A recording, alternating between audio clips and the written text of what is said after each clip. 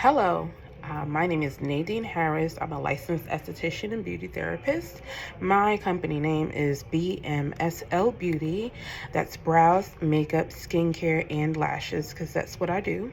I wanted to make this platform to go with my practice because people have lots of questions, and I have lots of great discussions with them about what they need to do and what. Or advice on things that they want to know about as far as aesthetics. But yes, so this series is going to be called the Downtime Discussion.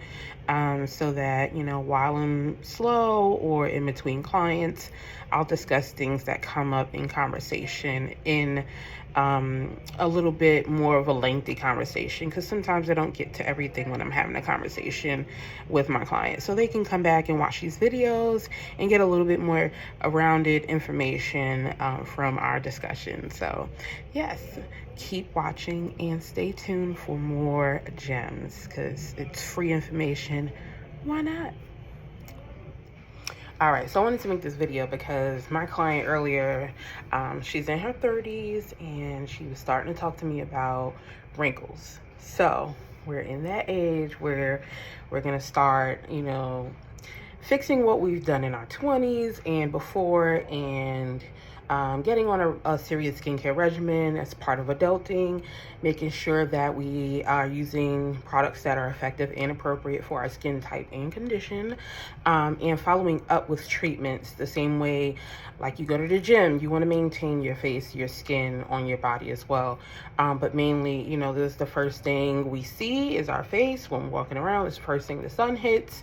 Our face and hands get the most amount of damage from extrinsic factors, the environment, right? So she was telling me about, oh, well, I'm starting to get wrinkles and I've always been on an anti-aging cream and everything. I don't want to go to a dermatologist because they're going to give me a strong retinol and it's going to peel my skin because I'm sensitive. Cool. Most people, when they start aging, they'll run to the dermatologist. I'm putting this out there. Do not want to discredit dermatologists. They're amazingly smart people. They're doctors, though. And doctors are there to write prescriptions and or diagnose and treat through prescriptions for their patients. They're not there to necessarily help with the aesthetic. Yes, there are dermatological clinics out there that, dabble in aesthetics, but an experienced esthetician has vast knowledge on skincare maintenance, skincare, home care, active ingredients. I haven't seen many dermatologists that haven't gone into business for themselves or making a line that, actually get into skincare ingredients. It's more of a like, let me write this prescription, kickback, whatever samples they get. I don't know what kind of deals they do, but usually my clients come in, they're on Tret or they're on clindamycin for various reasons, and they do have their purpose, but there's never any good home care follow-up conversation for what they should be using in conjunction with these prescription products to help with the side effects of those products. Said a lot, right? So back to skincare maintenance. What I like to tell my clients, especially if you're in your 20s or even your 30s, your mid-30s, is you don't go to the gym and just start deadlifting 150 pounds, like off bat. You don't do that. You build up. So in order to reverse all the damage that has done year after year after year, our skin is a living canvas. You're going to have to get down to those layers and nourish what's underneath. So you'll get a little purge. Some people break out after facials. Some people see the swelling and puffiness move out of their face and they view that as more wrinkling, but it's not. It's moving the lymph. Facial treatments, sometimes it gets harder before it gets better. I like to say it that way instead of worse before it gets better, because nobody, you don't want to anticipate doing something that's going to have adverse effects. But like I said, when you go to the gym, that first workout, it might not be as long, it might not be as intense, but the next day you're probably going to wake up sore. So there's always some sort of adverse effect when you're starting a new routine, and you build up into more advanced treatments in order to properly care for your skin. You don't want to shock your skin. Your skin is your largest organ. It's a living thing. It's constantly moving. It's constantly flaking and making new cells and protecting, and the cells are rushing to the site where there's damage.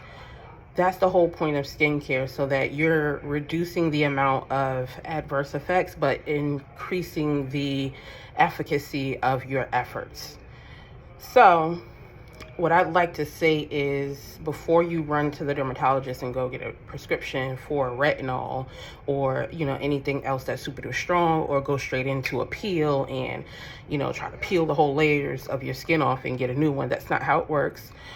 See an esthetician, see an experienced esthetician, in order to get you on a program, much like, how you go to the gym, you get a trainer, you need a nutritionist too. So it gets you on a program that's going to help your skin get where you want it to go. So as far as wrinkling, I always say start with a facial. You start with a facial, get a hydrating facial. Hydration facial is just going to help analyze the skin. Every facial should include a skin analyzation. And then, you'll get your treatment products. But the first thing you're going to need is hydration. You want the healthiest amount of skin. You want to start with a healthy canvas in order to, continue on that way. And if it's not healthy, you'll repair the barrier through hydration. So number one off bat, get you a hydration facial. And then after that, after the hydration facial, you can probably start with microcurrent. So microcurrent is an electronic pulse that imitates the brain's, electrical communication with your muscles. So microcurrent is a smaller scale, where it's not like it's going to move the muscle, but you do feel a little tingling. You can feel a little sensation. What it does is, since you can't go to the gym and, work your face out, there's no weightlifting for faces or anything like that. We get our muscle tone and texture and everything refined through either massage, topical agents, or microcurrent, which digs deeper into the muscles, and you target each muscle group with 2 probes, and you hold, and what it does is it works that muscle. It gives that muscle a resistance in order to build itself up. What that in turn does, it helps speed up the cell's metabolism, and it helps to turn over new skin healthily. So the new skin underneath the dead skin is, getting rejuvenated, is getting moving. It's like, how when you look at older people and you notice that, their skin is a little bit more, it doesn't have as much firmness. It's a little bit more soft. It can curtain up, and, because they don't use their muscles as much as they used to. So the same thing happens with your face.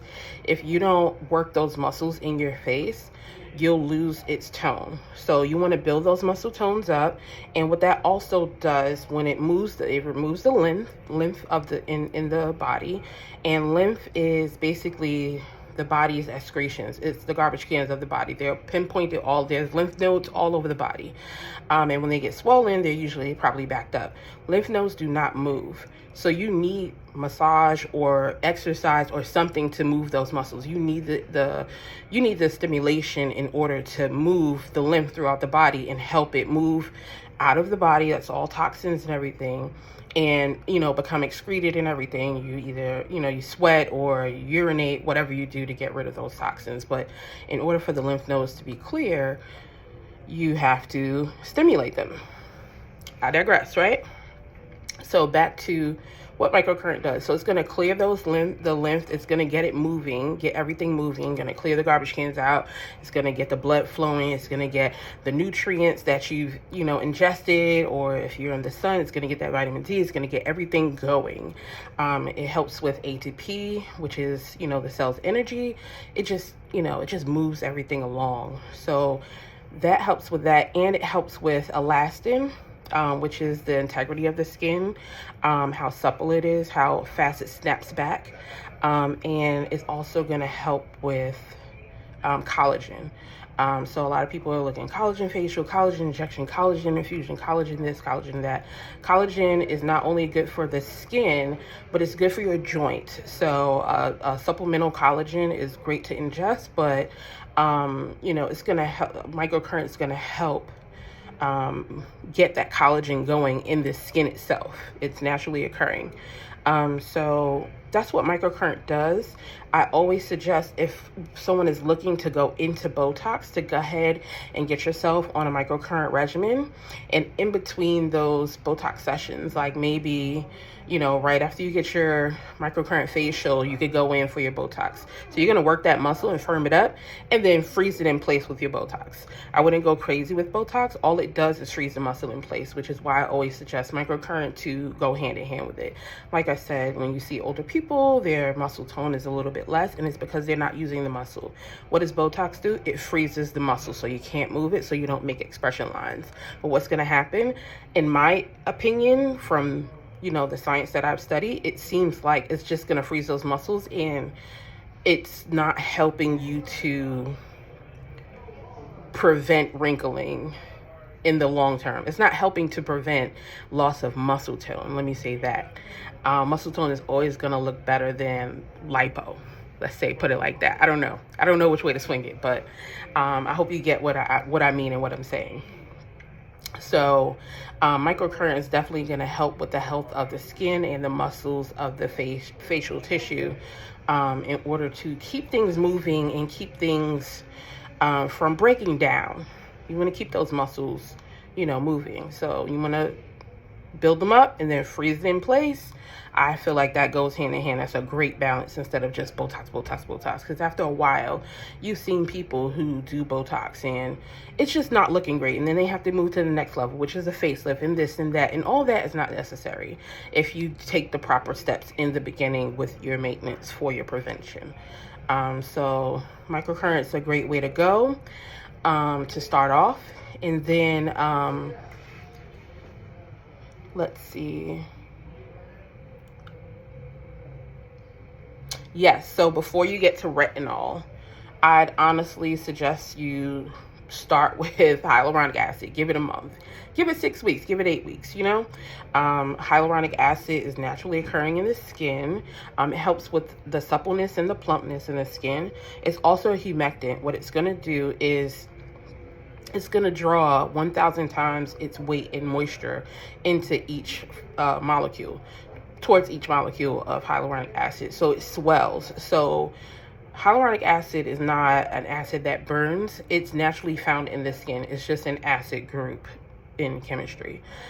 So when you reapply it as a topical as well, it's like a conditioner for your skin. The way you have a humectant to condition your hair, whatever you're doing to it, you condition it, right? To keep the integrity of the hair. The same thing with the skin. So hyaluronic acid is a great place to start. And then move your way through. I'd say through based on your skin conditions or type. Even if it's not particular to the type, I'd suggest you start with your lowest grade, any peels or anything like that. You want to start with enzymes, which are naturally occurring. They're naturally occurring and they help break down, dead skin. So enzymes are a great way to start to help slough off the old skin and get the new skin, plumped and rejuvenated and ready to, glow, pretty much. So it's great to start off with enzymes, and then maybe you can work your way up to something gentle like a lactic acid. Lactic acid peels help introduce moisture into the skin. You don't necessarily get like that peel. Like when you hear peels, I know a lot of people like, oh my gosh, I'm gonna peel it like a snake. you can get a peel like that, but you have to be on good home care first. So starting with the most gentle acid, lactic acid in my opinion is the most gentle. It's the largest molecule, so it's going to sit on top of the skin.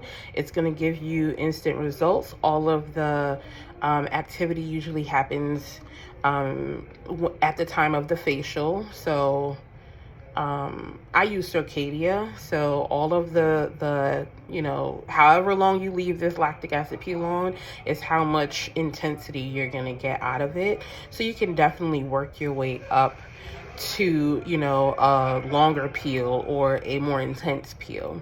So I like the lactic acid to start with, but I'm gonna leave the rest of that for my next video, and I'll start talking about chemical peels and skin types and stuff. I just really wanted to get this out there about microcurrent and what you should be using as far as home care. Also, before you get to prescription retinol, there's plenty of over-the-counter retinol and retinol alternatives that you can use instead of going straight for the prescription, especially if they burn. If you try them and it's like too much, see your esthetician, tell her about it, and I'm sure she'll have something in her arsenal to help you along with your goals as far as getting your skin nice and smooth and hydrated and glowy, because that's what the whole goal of this is. We want to look youthful, we want to be natural, we want to get up and go, we want to have our lashes and brows tinted so we don't have to spend so much time on makeup. So yes, using a retinol over the counter, which isn't as strong as most retinols, or retinol alternative, is a great way to boost your skincare without going the drastic route. And you can work your way up. Like I said, it's a marathon, not a sprint with skin. You're not going to run into the gym deadlifting 150 pounds. You're going to come in, you're going to condition your muscles, you're going to get your heart rate up, you're going to work on the things that you need to work on. So when you deal with your skin, you're going to come in, you're going to treat it nicely, you're going to cleanse it with an appropriate cleanser, making sure you're not using anything that's too harsh, but something that's definitely going to get your skin clean. And then you come in, you use a toner. Toner is my Bible staple item. I live by toner. If you want nice, clean, clear skin, even if you don't do a good job washing or cleaning off with your makeup, if you use toner, you'll do 100 times better with your skin than without. A good moisturizer and some SPF. And yes, black people need to wear SPF too. Everybody needs to wear SPF. You don't think so until later on in life.